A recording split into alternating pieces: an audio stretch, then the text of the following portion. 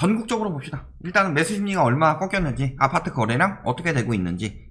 그러니까 요즘에 아파트 거래량 작살났더니 빌라로 유도하려고 하고 있죠. 아파트 안 되면은 빌라 사라, 주거용 힘들면은 상가 사라, 자꾸 이런 식으로 유도하는 이유 뭐예요? 요거다 요거. 그래서 그런 말 넘어가면 안 돼요. 빌라도 반토막 났죠 지금. 매매 수요 3주째 감소하고 있대요. 하락으로 이어질까 항상 요건 물음표. 사기도 팔기도 어렵다. 수도권 주택 거래 절벽 현실화됐다. 자, 풍선 효과 넘어가지 말라고 여러 번 이야기했죠. 당신이 제일 비싸게 사주는 거다. 그다음에 눈치싸움, 거래 절벽, 집값 하락으로 이어지나. 근데 무슨 매도자가 관망세예요. 매수자는 관망세인데 매도자도 관망세야. 자꾸 이런 식으로 이야기하고 있는데 매물은 계속 늘어나고 있다. 원래 거래량 감소는 집값 하락으로 이어지는데 거래량 감소했는데도 신고가 맨날 때린다. 요즘에 인터넷이 엄청나게 발달됐죠. 리먼 때 터질 때보다. 특히 또 주요 세대들이 컴퓨터를 누가 제일 잘 접하느냐. 어렸을 때부터 컴퓨터 접한 사람들. 그게 언제예요? X세대라고 그러죠. 거의 90년대쯤에 지금 한 30대 중반 혹은 40대 초반 되는 사람들이 고등학교 때부터 컴퓨터를 접하면서 인터넷이나 이런 것에 익숙하죠. 그 사람들이 계속 인터넷 집값에 관심을 가지기 시작했을 때는 이미 집값이 폭등하고 있었고, 사회의 주역이 돼서 집살 나이쯤 됐을 때 집값 폭등하고 인터넷으로 맨날 기사들이 오른다, 신고가 찍는다, 계속 이런 이야기 하니까 거래량이 감소하는데 집값이 올라가는 말도 안 되는 현상이 벌어진 거죠. 그러다가도 결국에는 그래도 떨어졌어요. 떨어지거나 아니면은 상승폭이 꺾이던가. 9.13 때도 그랬고 12.16 때도 마찬가지였고. 이제 또 6월 되면 또 난리시겠죠. 6월 되면 또 오른다. 근데 작년 6월 금리 인하 때문에 오른 거죠. 재작년 6월 똑같아요. 거래량 서울 어떻게 됐어요? 박살나고 있죠. 부산 이런 데들 얼마나 아작이 나고 있는지 보이죠. 그 다음에 대구, 광주 이런 데들 지금 다 떨어지고 있다. 거래량. 대전, 울산 다 떨어지고 있죠. 서울, 수도권, 광역시 다 떨어지고 있죠. 이 떨어지는 이유가 뭐 때문이다? 일단 첫 번째 대출 규제. 대출 규제는 누구를 규제하는 거예요? 실수요. 자, 주담대 금리 속속 올리는 은행들. 대출 규제 곱비 더 조인다 개소리 집어치우고 주담대 금리 왜 올라요? 국제금리 인상. 플러스 이게 대출 규제 때문이라고 하는데 사실은 실질적으로는 이게 일단 가장 크죠. 그 다음에 규제 들어가는 거죠. 얘들 규제. 5대 은행에서 기업 대출을 57% 맞춰야 되는데 지금 한 51% 수준이다. 6% 늘려야 돼요.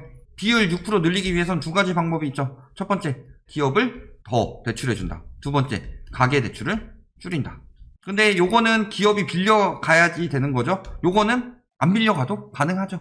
이번에 금리 떨어졌다 해가지고 시중금리가 계속 오를 수밖에 없는 상황인데 금리가 왜 떨어졌지? 하고 가서 보니까 기업은 떨어지고 가계는 더 올랐어요. 연체율 다시 늘어나고 있죠.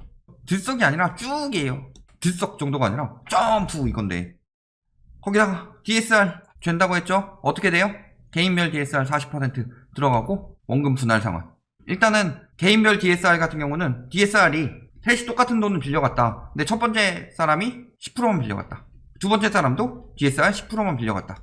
같은 조건이라고 했을 때. 그러면 세 번째 사람은 여기 30% 여기 30% 떼가지고 DSR 100%까지 가능했다. 은행별로. 이거 되면은 얘네가 아무리 10%씩 빌려가든 얘는 40% 빌려가야 돼요. 일단 축소되죠. 그리고 또 한 가지는 뭐예요? 원금 분할 상환. 소급 적용 안 될 건데요. 소급 적용 못하죠? 소급 적용 못하면은 나는 이자 내는 돈 충분히 감당 가능한데요? 그게 아니고 DSR 책정을 어떻게 들어간다는 거예요? 이자만 내는 사람은 이자에서 원리금으로 책정하겠다. 이자는 한 1,000만 원만 내고 있어요. 연. 근데 원리금으로 계산하면은 연 4천만 원을 내야 된다. 라고 계산했을 때 이렇게 나오게 되면은 이 사람이 DSR 10%였으면은 갑자기 40%로 올라가는 거예요. 그러면은 대출이 더 나와요, 안 나와요? 대출이 더 안 나오니까 추가 대출이 안 된다. 뭔가를 더 살려면, 유동성이 더 유입이 되려면 돈이 들어와야 되죠. 근데 대출이 안 돼요. 그럼 실수요들이 살 수 있어요? 이제 남은 건 현금 부자들인데 한 푼도 안 빌리고 집 살 수 있는 사람들 있어요. 많아요. 근데 뭐 집값을 막 들썩이게 할 정도로 많냐? 라고 하면은 그 정도까지는 아니죠. 지금 집값이 얼만데. 근데 그래도 많이 있다. 그러면 이 사람들이 사면 되지 않아요? 이 사람들이 안 사요. 왜? 이거에 민감한 사람들인데, 현금 부자라는 게. 이게 많은 사람들인데 지금 같은 보유세 많이 가져가고 금리 오르고 이런 상황에서 집값이 올라갈 것이라고 예상하고 사느냐? 아니죠. 완화되니까 이쪽에서 집값 오르는 거 아니에요? 또 이런 식으로 유도하는 사람들 있겠죠. 근데 문제는 뭐예요? 얘들 규제 들어가야 된다. 그 다음에 DSR 자체가 완화하더라도 주담대 쪽으로 들어가는 거죠. 주담대는 많아봐야 40%다. 투기과열지구나 이런 데는. 그리고 지금 규제를 막는 거는 뭘 막는 거예요? 영끌을 막는 거죠. 영끌 뭐 막는 거예요? 신용대출을 막으니까 영끌만 막아놓으면은 LTV, DSR 주담대로 들어가는 사람들은 아무리 해봤자 지금 안 되죠.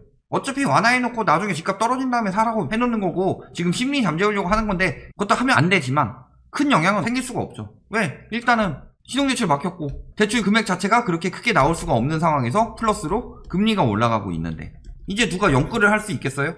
영끌이 안 되는 상황이다. 수요 공급에서 자꾸 수요 그걸로 얘기하고 있죠. 수요는 사고 싶은 사람 많다. 이걸 갖고 자꾸 수요라고 얘기하고 있어요. 사고 싶다. 이게 수요가 아니에요. 사고 싶다 플러스 여력 된다. 이게 수요죠. 살 수 있는 여력도 되고 사고 싶은 마음도 있어야 수요가 되는 거죠. 그런데 얘는 어쩔 수가 없어요. 정부에서 아무리 막아도 사고 싶은 걸 어떻게 막아요? 근데 얘는 막을 수가 있죠. 사고 싶은 사람은 아직도 많다. 특히 2030들 지금도 집값 오를 거라고 생각하는 사람들 굉장히 많죠. 그런데 여력이 안 되죠. 이제 실수요들 다 막혔다. 전세가율 떨어지죠. 이거 누구 문제예요? 투기 수요들. 이제 투기 수요들도 줄어들 수밖에 없죠. 자, 전세가율이 떨어진다는 건 무슨 소리예요? 갭이 커진다는 거죠. 예를 들어서 매매가 7억에 전세가 5억이라고 칩시다. 이게 전세 매매 둘 다 올랐다고 칩시다. 말해서 전세 6억이고 매매가 3억까지 해가지고 9억까지 올랐어요. 그러면은 요거 살 때는 2억 가진 사람들이 있어야 되죠. 특히 갭투기 같은 경우는 대출 안 나오죠. 잘.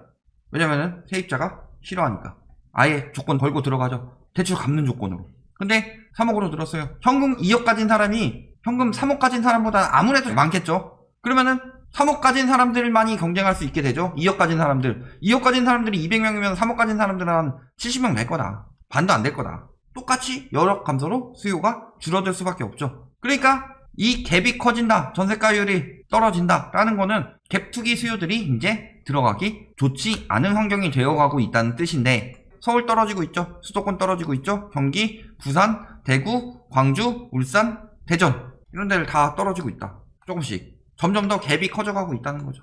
전세가 지금 올릴 만큼 올려놨는데 전세가율은 떨어졌죠. 여기서 역전세 나면 어떻게 돼요? 투기 수요들 아작나는 거죠. 자, 거기다 취득세 말할 것도 없죠. 법인 12%, 조정 대상 지역에서 3주택 이상부터 12%, 2주택 8%.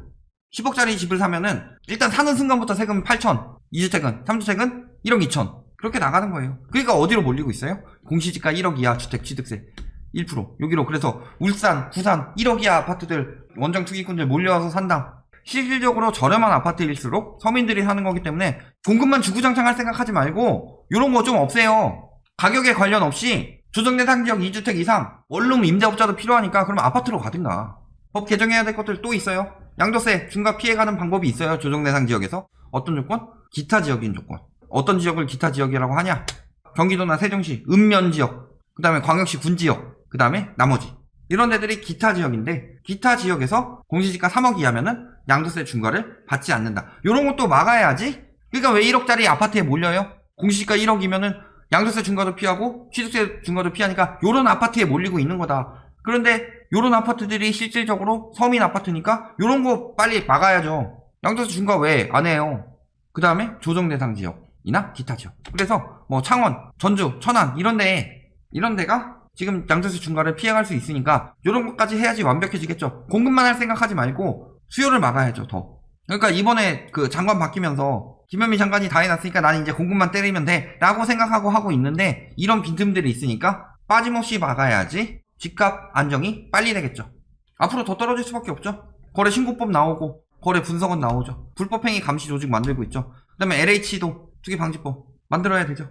그러면은 공정하고 깨끗해진다. 아직도 더러워 죽겠는데요? 더러워 죽겠죠. 아직도 더러워요. LH 이번에 나온 거 보면 더러워 죽겠죠. 근데 문제는 뭐예요? 그래도 이전보다는 범죄와 법은 아킬레스와 거북이라고 그랬죠. 아킬레스는 평생 거북이 못 따라잡습니다. 100m 처음에 떨어져 있어요. 아킬레스가 10배 속도라면 100m 쫓아가면 거북이는 10m 더 가 있죠. 그래서 아킬레스가 또 10m 쫓아가면 거북이는 1m 더 가 있죠. 그러면 평생 못 잡겠네. 원래 모든 법이 다 그래요. 그런데 예전에는 이 100m 동안의 비리가 있었다면은 그 다음에 10m 비리가 있는 거고 그 다음에 1m 비리가 있는 거예요. 비리가 점점 줄어들 수밖에 없다. 투기 수요들, 꼼수 쓰던 것들 점점 더 방법이 사라지기 때문에 굉장히 힘들어진다는 거죠. 신고가 거래 취소, 시세 조작들 잡히고 있죠. 집값 담합 이런 거 받고 있죠. 그리고 친절하게 수법을 다 알려주신 PD수첩에 나오신 그 스타 조합장님 굉장히 수법 많이 알려주셨죠. 뭐 가짜 계약서 보내고 다 같이 담합해가지고 매물 가격 올린 다음에 신문에 홍보하고 4, 5억 비싸게 파는데 요거 팔아주는 중개사들한테 한 5천씩 수수료 때려주고 1등 하는 사람한테 1억 추가 수수료 주고 이런 식으로 강남 고가 아파트들 저런 형식으로 돌아갔다 다 드러나게 해준 거죠. 감사하신 분이에요. 뭐 많이 받아 처먹은 건 있겠지만 수법을 이렇게 자세히 알려주시는데 이런 것들 지금 이제 다 잡아 나갈 수밖에 없죠. 다 불었으니까. 앞질렀다, 타이틀 기사 1면에 냈다, 믿었다, 나온다. 그리고 높은 시세로 거래됐다고 가짜 계약서 사진 찍어서 보낸다. 이런 것들을 불었다. 저런 것들 잡으면 돼요. 저런 식으로 하고 있구나 하고. 담합 21억 비트로 내놓지 마. 다 걷어들여. 복비 상관없이 5천만원 주고 1억 보너스 준다. 중개인들한테. 그러면 중개인들이 사기를 치기 시작하죠. 16억 나왔던 아파트라는 거 숨기고 제일 싼 게 21억이고 22억, 23억 계속 오를 거예요. 사면 대박. 이런 식으로 담합하고 한 거다. 참 진실되신 분이죠.